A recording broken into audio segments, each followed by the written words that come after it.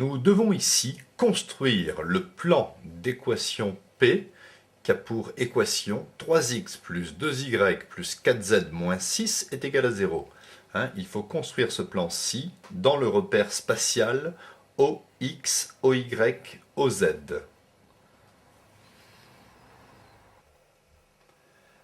Alors, correction, pour représenter ce plan dans ce repère, je vais représenter l'intersection de ce plan avec les trois axes, OX, OY, OZ.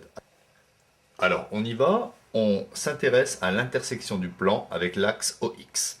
L'axe OX, ce sont l'ensemble des points tels que Y est égal à 0 et Z est égal à 0.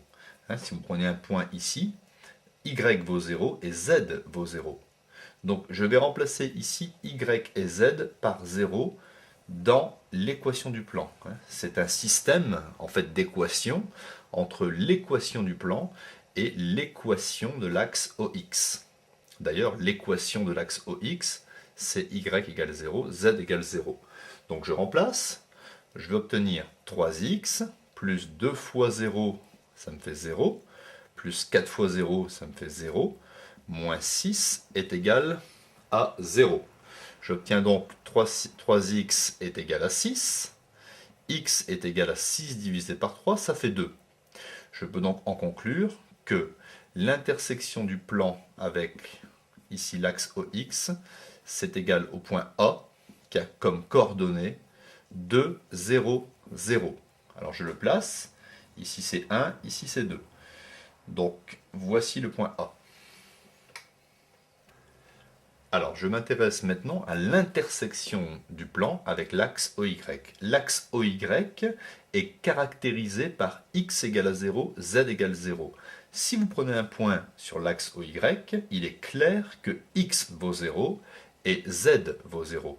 Donc je vais remplacer ici x par 0, z par 0, parce que pour trouver l'intersection d'un plan avec un axe, je fais un système d'équations.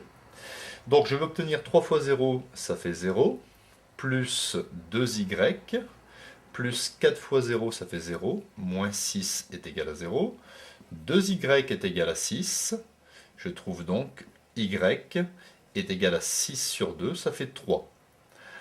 En conclusion, l'intersection du plan avec l'axe OY, c'est le point B de coordonnées, je vais l'écrire ici, 0, 3, 0, y égale 3.